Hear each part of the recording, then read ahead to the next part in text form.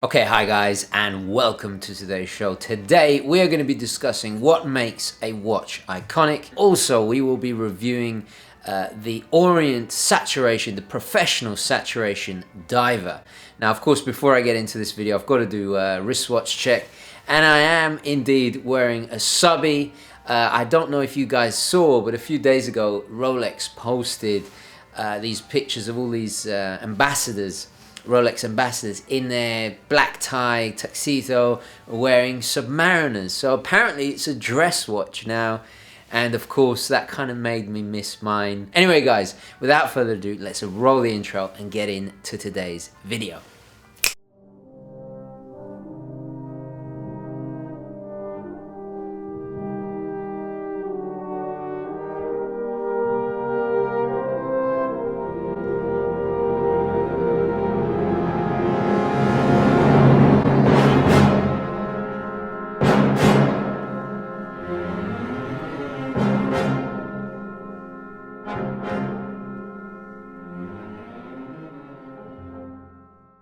And as you see, quite fittingly, behind me is the famous, iconic, who could say, wave.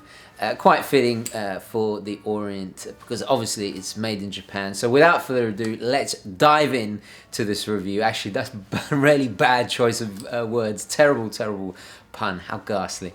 Anyway, let's change perspectives and have a look at this fantastic Orient diver. Today I'm finally reviewing the Orient Professional Saturation Diver. This is a fully automatic watch with a depth rating of 300 meters. Now this was very graciously lent in to a friend who's selling it. Unfortunately he's lost the bracelet. It's just been sitting in a drawer unused, and it's a real shame because this is a watch that is seriously built for task. I know divers are very popular, but this really is a serious dive watch. Now this was released in 2013. There was a black dial version, there was even a red dial and the white dial as you see here. And personally I think the white dial is probably the most desirable. I just love the contrast, and this really is the highest end of Orient's offerings. As you guys know, I'm a huge fan of Orient. This is a brand from Japan, made entirely in-house. So the first thing you'll notice is just how mighty and big this is, and this really has to do with its intended use. This is a saturation diver, so there's no need for a helium escape valve. So let's quickly get the dimensions out the way while we mention its size. We have a diameter of 45 millimeters, a thickness of 16.5, lug to lug is just shy of 54 millimeters, and then lug width of 22 millimeters. So a beast, and in fact it should have been called the Beast. So we have a 120 click bezel, and it really is solid. I mean, it's one of the most solid bezels.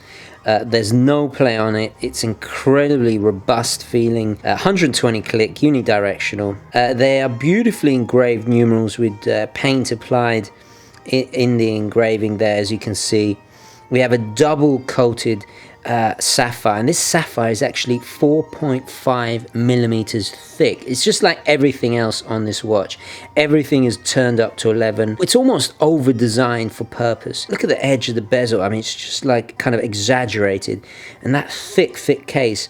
And the tooliness is just continued to every little detail. We have drilled lug holes. We have this beautifully protected crown at the 4 o'clock, which of course is signed Orient. I mean, no expense has been spared. Bold, masculine. I just really like the dial. We have a power reserve at the kind of 12 to 2 o'clock. And if I unscrew the crown, it has a really solid feeling crown, by the way. Inside we have Orient's own, completely in-house. This is the caliber 40N5A, and as I pull out the crown you can see it is indeed hackable, so the second hand stops. And we have a power reserve, a really nice complication, and if I put it back to the first position and wind it up, as you can see as I wind, the little power indicator tops up, so we got a 40-hour power reserve in there. This is a 22 joule movement, operates at a slower 21,600 vibrations an hour, but actually this is a hidden bonus. Because it vibrates at a lower speed, we haven't got as much wear on the movement, so it's more robust. It's going to last longer. And usually we have the date at the 9 o'clock. They've put it over there, I presume, to give way for the power reserve, and then A little pop of color with that 300 meters written there at the 6 o'clock with the Orient heraldic logo. Very, very nice touch. The only pop of color in this monochromatic themed watch. Just look at those beautiful applied markers. I love the chapter ring, again black and white, continuing the monochromatic theme. Just look at those hands. They're blacked out to contrast nicely with that polar white matte dial. It's stunning. I've got to be honest, I'm not a big fan of white dials, but this is just so legible, just so built for task, and really nice generous applied lume. I'll be sure to include a lume shot. It's just very easy to distinguish with all the different shapes of hands, with a thick arrow for the hour, that sword for the minutes, and of course that spear like second hand there. Just very, very easy to distinguish. Rectangles at the 3, 9 and 6, a triangle at 12, a little lume pip on the bezel as well, so it's very easy to distinguish where 12 o'clock is. I mean, this thing is incredible. A fantastic lume. So the case has beautifully polished sides and then a brushed on the top. The finishing is absolutely top notch, really, really nice. Definitely a step up from your usual Orients that we're so used to seeing. I'm not saying that the Orients we've seen before are bad. This is just definitely a step up in quality. So let's have a look at the back. The high standards continue with this beautifully engraved logo. I mean, we don't typically see this amount of detail on Orients. But as I said, no expense has been spared. Just gorgeous. Extra thick gaskets in there to protect against saltwater corrosion. You know, as you know, saltwater eats away rubber like an acid. Again, like the drilled lug holes, like the easy legibility, like the extra robust movement. It being a saturation diver with not needing a helium escape valve. It's every little detail to make this a really usable professional diver has been considered, and no surprise, it is of course ISO certified. It's got that stamp of approval from the dive watching world. Okay guys, so let's have a quick wrist shot. Okay, so there you go. Now, as you can see on my tiny little wrist, completely overpowering, hangs over the edges, but I understand it's built for a certain task. It's not built for every day. It's built for going diving, and it has to be big to increase the water resistance and to be legible. However, for me, just too big. I gotta respect it though. It is a beast of a watch. It weighs a staggering 164 grams, and that's without the bracelets. It's a real shame I couldn't get my hands on the bracelet. It has this fantastic ratcheting system built into the clasp, and you can actually extend it on the wrist. Anyway, I had to try it on. It's quite comical, but fun all the same. Okay guys, so I'm gonna leave it there. Let's take it back to the studio and summarize the watch. Okay guys, so let's go through the positives and negatives. I'll start with the positives first. First of all, undoubtedly the quality is really, really high. Probably the highest standards I've seen in an Orient. Actually, come to think of it, it is the highest standards I've seen in an Orient. Also, I love the features. I think the power reserve, although it's something we tend to see in more kind of dressy pieces, in a diver, in a tool watch, it actually is quite practical. And I think for a dive watch, it's a nice thing to have, so you can kind of rest assured that as you go down diving, you know you've got enough power in there. I didn't mention the bezel insert. Now, in the unboxing of my first initial impressions, I actually thought it was ceramic. Actually, it's an anodized aluminium insert, but it really does feel quite like a ceramic bezel. I really like the look of it, and of course, being anodized, it's more robust. It's more resistant to wear and tear as just your standard aluminium insert. So that is a really nice touch. The design of it, it's an unabashed dive watch. It makes no apologies for what it is. You know, it's bold, it's masculine, it's there to get the job done. Every little detail has been considered specifically for divers. Even the way you turn the bezel, that exaggerated edge to it, it's designed for gloves to be able to grip onto it and turn it. That's why it's a little bit stiffer than normal. The drilled lug holes, the high contrast dial, the lume, everything about it, it's just built for task. Also, it's got to be said, I think it is excellent value for the money. I think the retail price was about the £2,000 mark, but you can pick these up. I've seen them go for 1,200, 1,300, and I really think it's worth every single penny. It's got its own distinct style and identity. It's not trying to be anything else. It's very much its own thing. I even like the way they've put the date on the opposite side, but they haven't taken away the indices. Like you see on the Submariner where the date is, it doesn't have that indices there at the 3 o'clock. But on this one, they've still left the one at the 9 o'clock just beside the date. It's these little details. It's been very well thought out, and I really do appreciate it. Yes, it's not the most beautiful thing to look at, but it's not about that. It's about getting the job done. Okay, so let's talk about the negatives. Well, first of all, it's absolutely massive. But it's excusable. It is a tool watch. It's there to serve a purpose, for the pressure resistance, all the rest of it. It's too big for everyday wear. I mean, even without the bracelet, it weighs an absolute ton. I could never wear this every day, and in fact, I think wearing this every day would be like going to Costco or doing the weekly shop at Tesco in a Sherman tank. It's just not practical. It's built for diving, and in fact, actually, I think if you wear it for anything other than diving, I mean, yes, dive watches have become very popular for everyday watches, and they are perfect for that. But this watch is an exception. I think you really should buy it for diving. It's not an everyday watch, so it's got to be said. From this one, I'm getting about plus 15 seconds. It's not the end of the world. You're not buying it for deadly accuracy. However, it's got to be said that this movement, its average is about plus or minus 25. So it's not the most accurate thing in the world. And lastly, it's aesthetics. It's not designed to be good looking. So aesthetics hasn't really been considered. The only aesthetics that have are to serve a deliberate purpose, and that is of course legibility. Okay guys, so in summary, in general, I think it's a fantastic watch. It really is a true dive watch, and I think if you're considering it, definitely it's worth the money, and I think go for it. Just keep in mind things that we've mentioned, and you can't go wrong. Okay, moving on to the next subject. Now, an old friend has returned, and this has been very graciously lent to me by Federico, of course. And this is the Bond Omega Seamaster 300. I actually owned one of these many years ago. In fact, I've owned the quartz, I've owned the mid-size, I've owned the coaxial, I've owned the chronograph and the GMT and various vintage Seamasters as well. In fact, actually, I think the Omega Seamaster is probably the watch I've owned the most of. It's quite funny having this watch back. It certainly has triggered off a lot of memories. So I've borrowed this watch to make a few videos in the up and coming week or weeks. But actually I thought I'd include it today because it's a perfect example of what makes a watch iconic. Now, I've scribbled down a few observations, and this comes about basically from the video I did the other day. I selected my top 5 iconic watches under $500 or thereabouts. There are a lot of people nominating fantastic choices.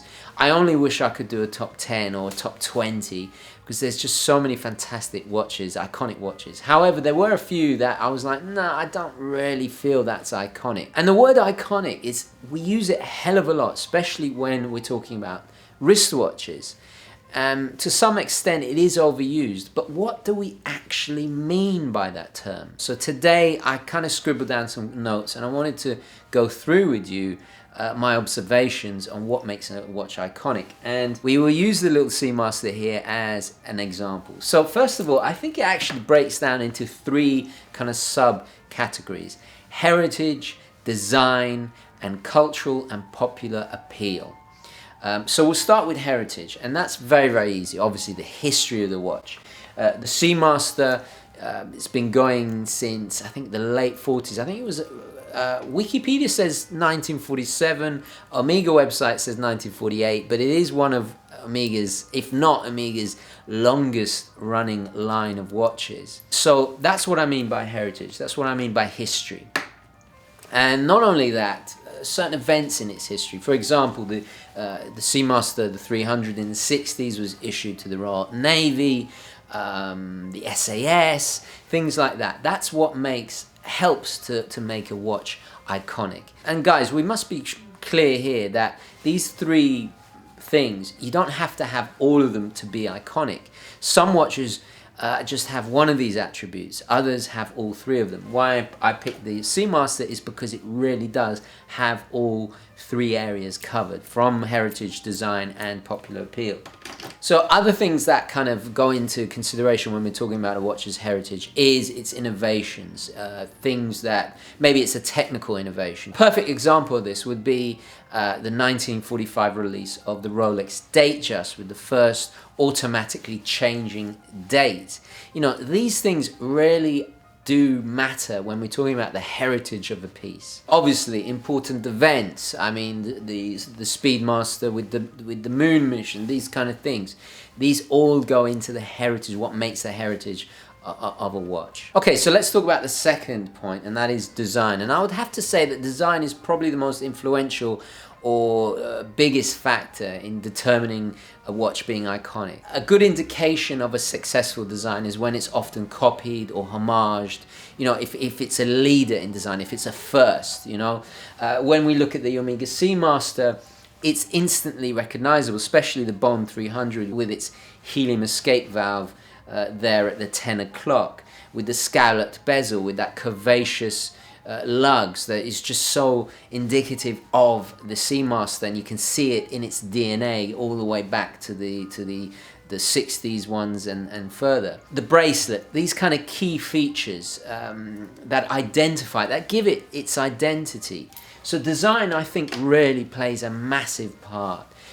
Whether we're talking about, you know, the Casio F91W, or for example, if we go high-end, the Jaeger-LeCoultre Reverso, its flipping case, that is something very, very unique and specific to that watch. So when a watch has something that is special in its character, that really plays a massive role in making it iconic, and usually they are watches that have done it first. Also, we could put technological advancements under design as well, because that's certainly an aspect of it. For example, the Omega coaxial movement that superseded this particular version. You know, the Bulova Accutron, for example, a whole technology that kind of embodies an era, that space flight, space age era. So definitely, I think technology and aesthetics are very key here. Okay, and lastly, cultural significance and popular appeal. Now, this is a very, very difficult thing to quantify. Companies, I mean, you know, every advertising agency in the world would love to know the secret, or tries to understand what makes something popular, what captures the public's imagination, what makes something iconic in people's eyes. Really is, you know, it's a very difficult thing to achieve, and you certainly can't fake it. Sometimes it happens organically, and it's fascinating. But I think if we look at history, what watches have become iconic because of the wearer, because of movies, because of cultural events. You know, an excellent example would be Einstein's Longines, or Paul Newman's Daytona. Another would be Steve McQueen's Hoya Monaco in the film Le Mans. They just kind of happened, you know. And others are deliberate. If we take it back to the Seamaster, its product placement in the Bond franchise has really taken this watch to whole new levels of popularity. And although, yes, that was kind of manufactured, I think why the Omega is kind of excusable is because it did have already that kind of prestigious history and heritage of being issued to militaries and the Royal Navy and all the rest of it. Not only that, you know, you have people, famous wearers like Prince William, you know, Jeremy Clarkson, just off the top of my head, I forget the name of that new show. And when they are linked to a wearer or a famous person or a historical person or an event in history or a movie franchise, they kind of encapsulate an era. They embody trends as well. You know, some happen just spontaneously. We've seen this recent revival with fashion watches of a kind of faux Bauhaus aesthetic. It's interesting how the popular zeitgeist kind of takes these things on and how it just flourishes. There's always going to be an influence from fashion and trends as well. So I think that is a big part of popular culture, popular appeal. Those really are the three areas. Guys, if you know of any other contributing factors that make your watch iconic, please do share it in the comments. Okay guys, I'm gonna leave it there. Thoughts, queries, questions, opinions, all the rest of it down in the comments below. Thank you very, very much for watching. Please don't forget to like this video if you enjoyed it and found it useful. And as always, I will catch you in the next one. Okay, ciao.